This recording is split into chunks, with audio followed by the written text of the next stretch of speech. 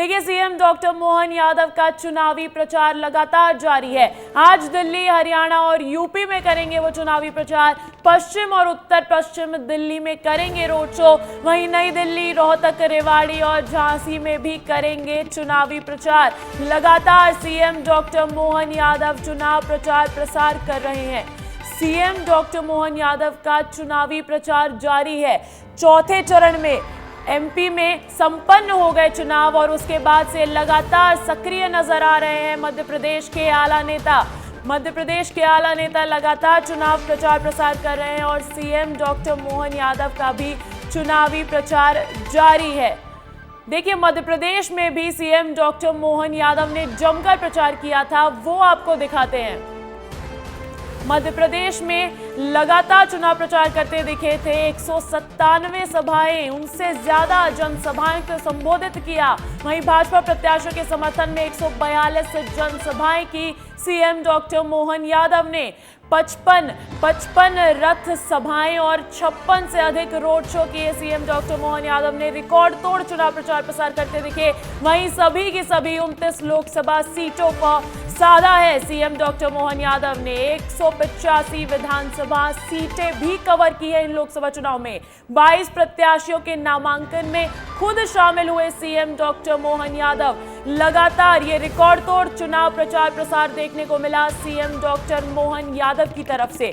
और देखिए, अब इस खबर पर अधिक जानकारी के साथ जुड़ गए हैं हमारे bureau chief Shyam Singh Tomar. Shyam ji, CM doctor Mohan Yadav को अब मिशन अन्य राज्यों पर लगा दिया गया है। हरियाणा और यूपी पर खास फोकस दिख रहा है, ऐसा क्यों?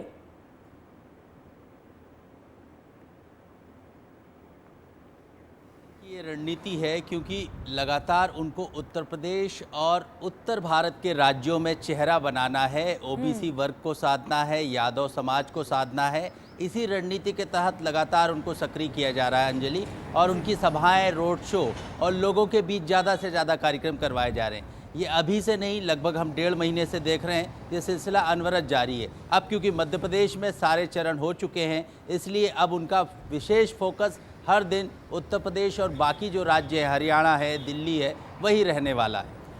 तो श्याम जी, क्या सीएम मोहन यादव का उन क्षेत्रों में ही ज्यादा दौरा देखने को मिलेगा जहां यादव बाहुल्य क्षेत्र है, या बाकी क्षेत्रों को भी कवर करते दिखेंगे सीएम?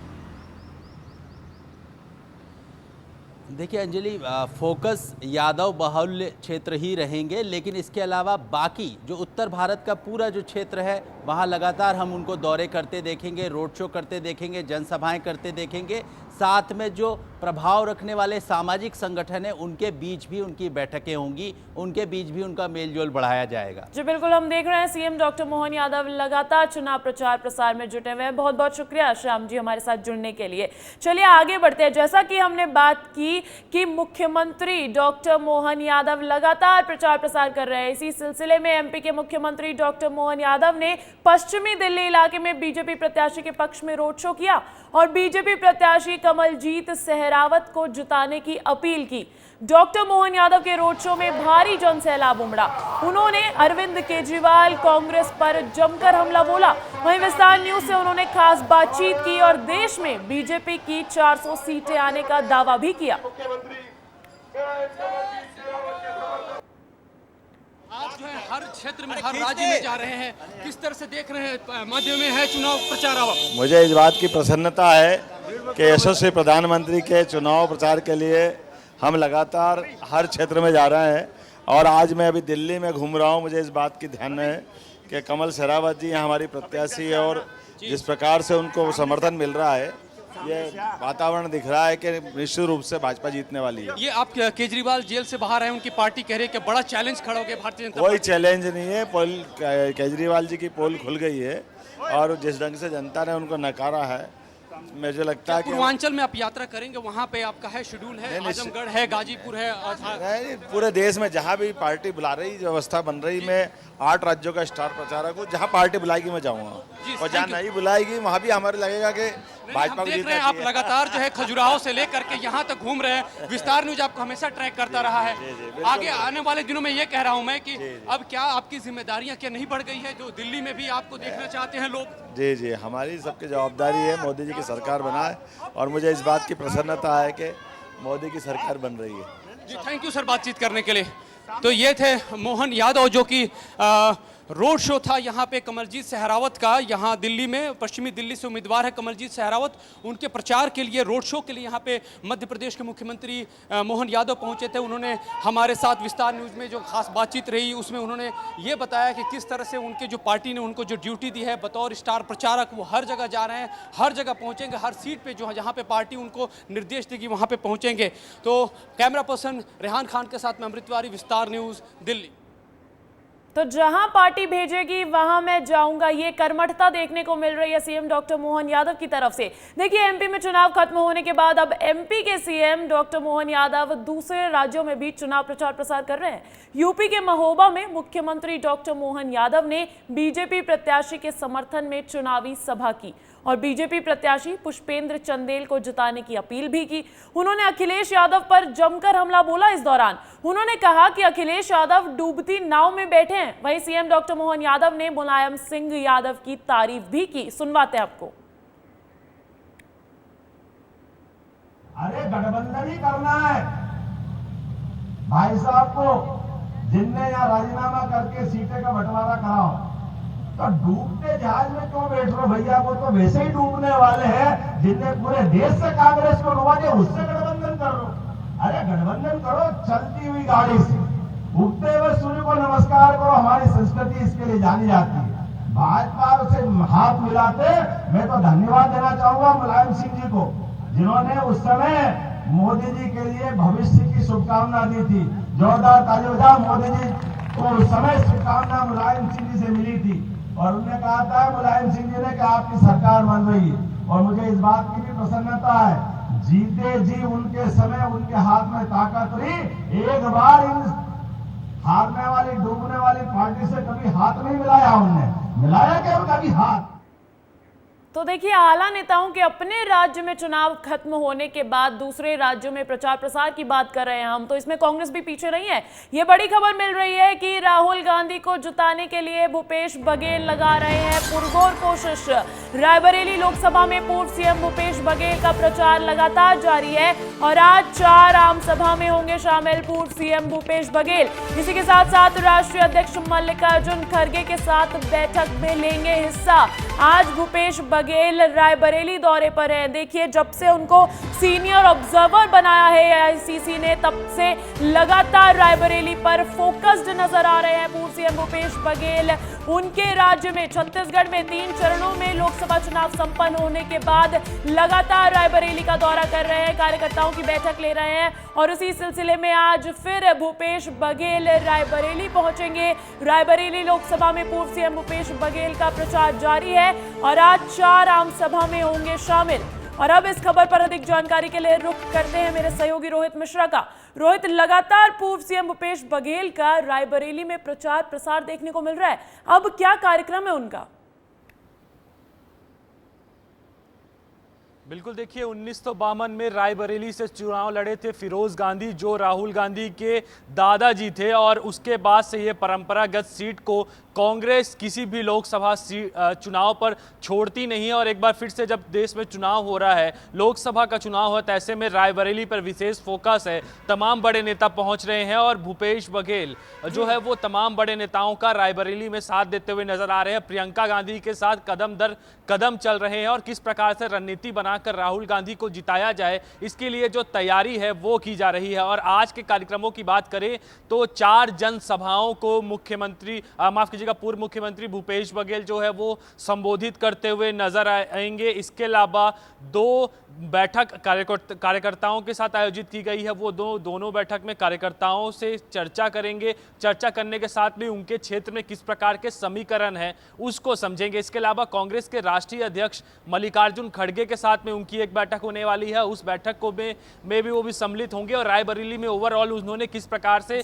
प्रचार अभियान पर अपनी सहभागिता दी, प्रचार अभियान कितनी तेजी से चल रहा है, वहां का माहौल क्या है, वो तमाम चीजों की जानकारी भी कांग्रेस के राष्ट्रीय अध्यक्ष मल्लिकार्जुन खड़गे को दी जाएगी। तो यानी कि इससे यह समझा जा सकता है कि कितने बृहद स्तर पर रायबरेली को जीतने की तैयारी है, कितने बृहद स्तर पर वहां पर जो प्रचार है वो किया जा रहा है। प्रियंका गांधी वहां पर डेरा डारी बैठी हुई है, लगातार लगातार रोहित, वो AICC तमाम द्वारा क्षेत्र भूपेश बघेल को सीनियर ऑब्जर्वर बनाए जाने के बाद लगातार कोई कसर नहीं छोड़ी जा रही है, क्योंकि देखिए कांग्रेस पार्टी का गढ़ है रायबरेली, ऐसे में कोई कसर छोड़ना उनके लिए महंगा पड़ सकता है। बहुत बहुत शुक्रिया रोहित तमाम जानकारी के लिए। बढ़ते हैं अगली खबर की ओर।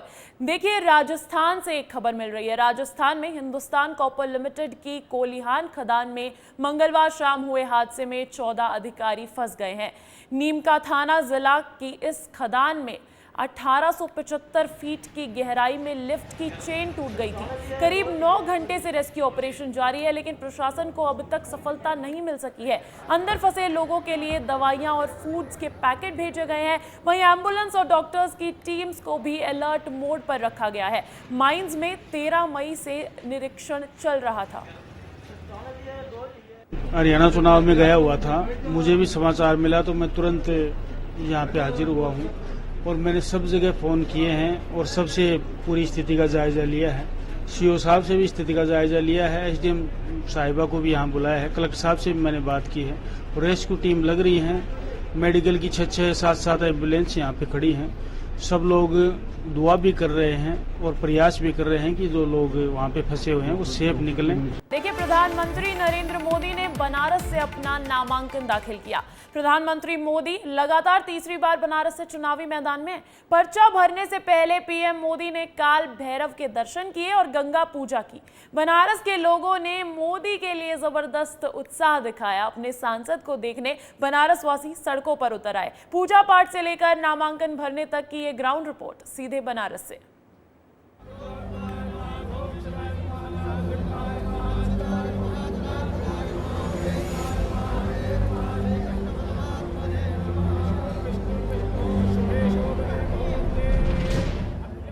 मां गंगा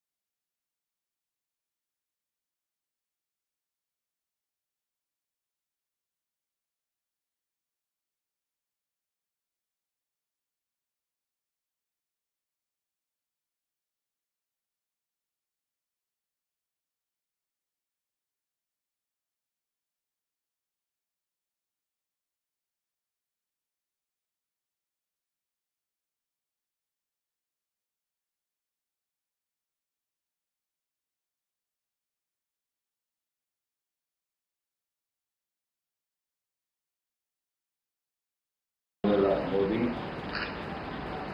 लोकसभा में स्थान करने के लिए अभ्यर्थी के रूप में नाम निर्देशित हुआ।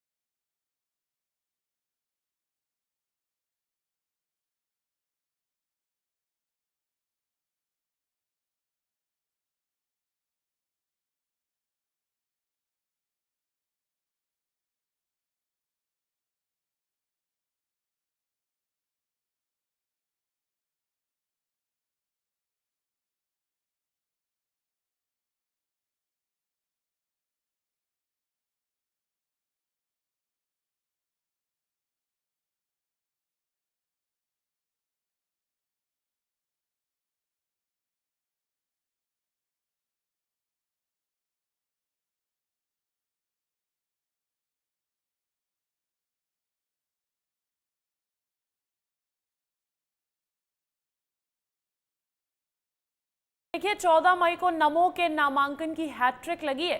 हलफनामे की बात करें तो हलफनामे के मुताबिक पीएम मोदी के पास न कोई घर है, न जमीन और न ही कार। 2019 में उनके पास गांधीनगर में 1 करोड़ 10 लाख की प्रॉपर्टी थी, लेकिन इस बार उसका जिक्र नहीं है। पीएम ने 15 साल में कोई ज्वेलरी भी नहीं खरीदी। मोदी के पास 52,920 रुपए कैश है।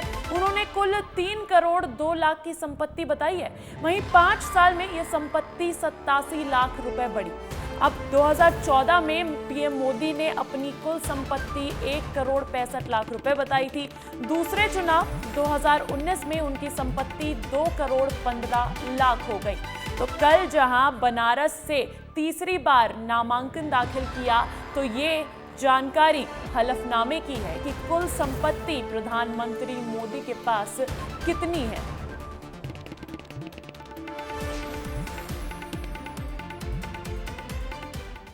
देखिए तीर्थ यात्रियों के लिए 4 धाम की यात्रा शुरू हो चुकी है।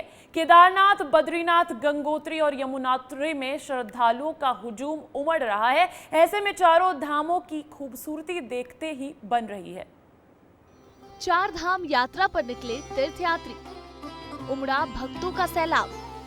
4 दिन में 1.5 लाख श्रद्धालु पहुंचे 4 धाम।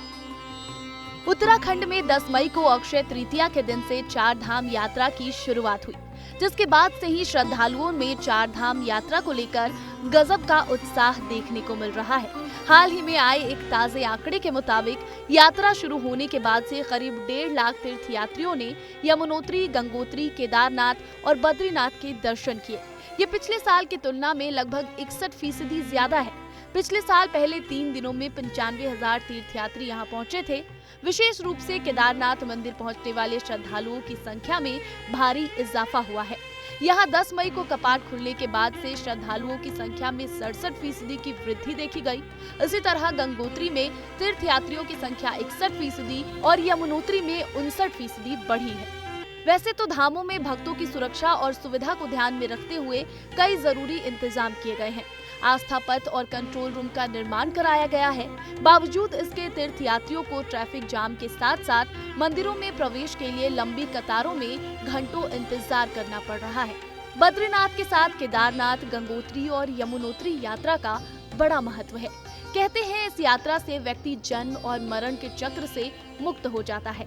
ब्यूरो रिपोर्ट, विस्तार न्यूज।